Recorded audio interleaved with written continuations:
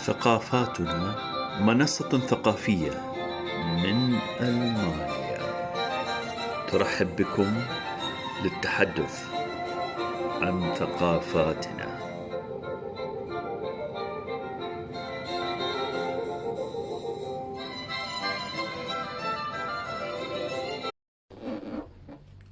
I'd like to welcome you in this a small channel that has kickstarted yesterday with the title of ثقافاتنا, or our cultures.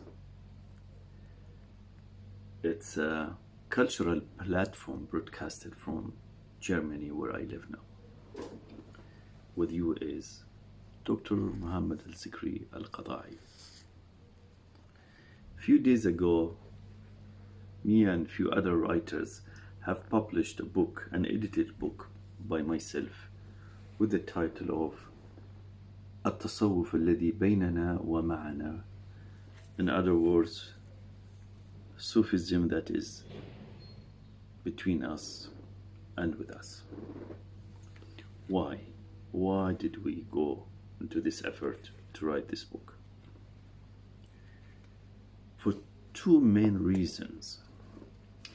Sufism is being badly stereotyped by a lot of Orientalist studies and by rival Muslims group. So these two share the idea of stereotyping Sufism. The key argument in this book that we need to distinguish between popular, folkloric, folk Sufism and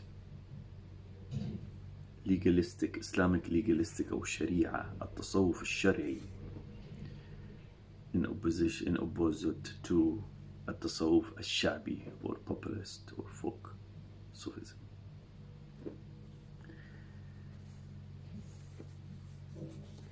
Orientalists have projected Sufism as a group tucked away wearing traditional clothes, reading outdated text. We call them in Arabic yellow text because they age and become yellow. We call them the yellow text or yellow books.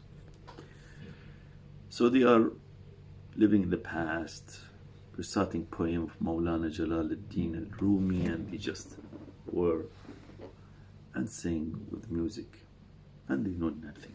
They live in peace, oasis of peace, isolated from the whole world.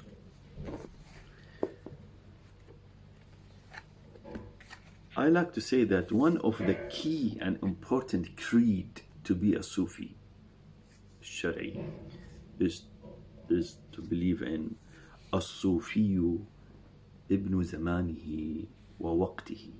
That is, a Sufi is the son of his time and existence.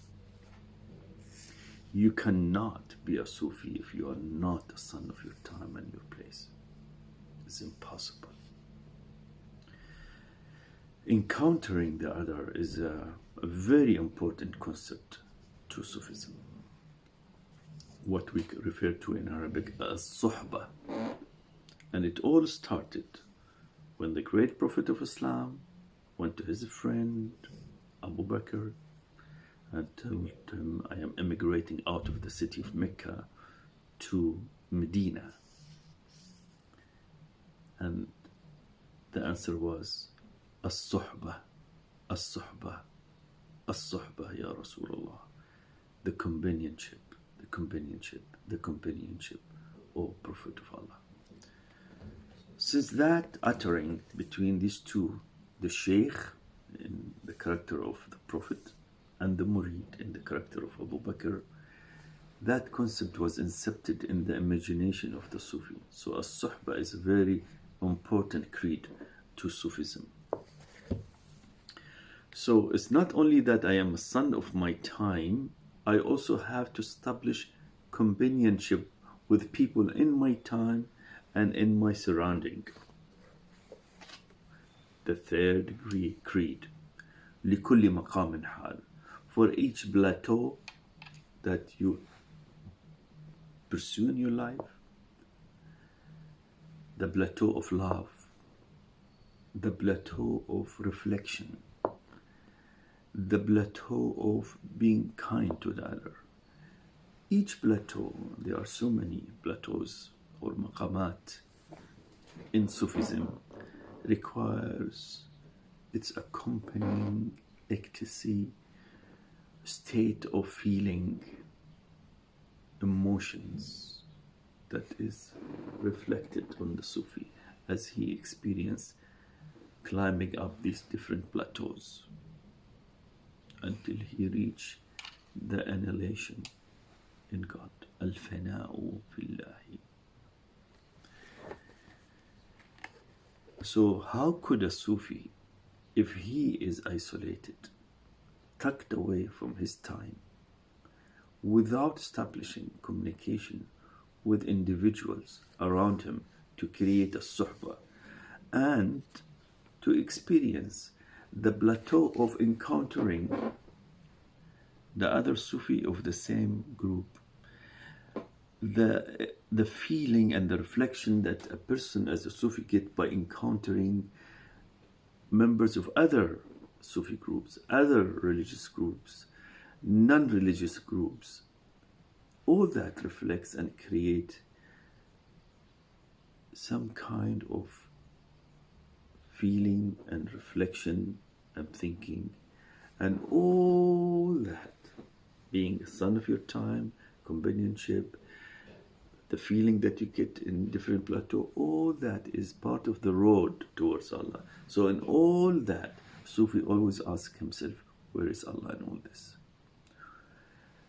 And a Sufi is not a person of interpretation. They are people of symbolism, the symbol, what it signifies to him, what is the message through seeing this person, what is the idea, what's the hidden message that this person said what he said. Otherwise, there is no way for a Sufi to be a Sufi without encountering the other, looking at the bird, the tree, the people, the situation, the wars, the peace in his time, and not reading the ishara. That's why Ibn Arabi, Sahib al-Futuhat al-Makkiyya, said, wrote a tafsir al-ishari of the Quran, the symbolic interpretation of the Quran. He never wrote the interpretation of the Quran or tafsir al-Quran, just word meaning of the Quran, like Ibn Kathir, for example. So all this is reflected and captured in this book. This is an edited book, and it is written by 12 different writers, and each one of them tried to project how Sufism is son or daughter of his or her time, and how they encountered the other, and to break this boring, if I may say, repetitive Orientalist writing, which mainly it reflects an inner imagination of what is Sufism, then projected out as if it is, but it never captured Sufism as it is. This is part 1, and we will have part 2 to explain more what this book tried to say. Thank you very much. Thank you for watching, and Thaqafatuna thanks you again. Bye bye.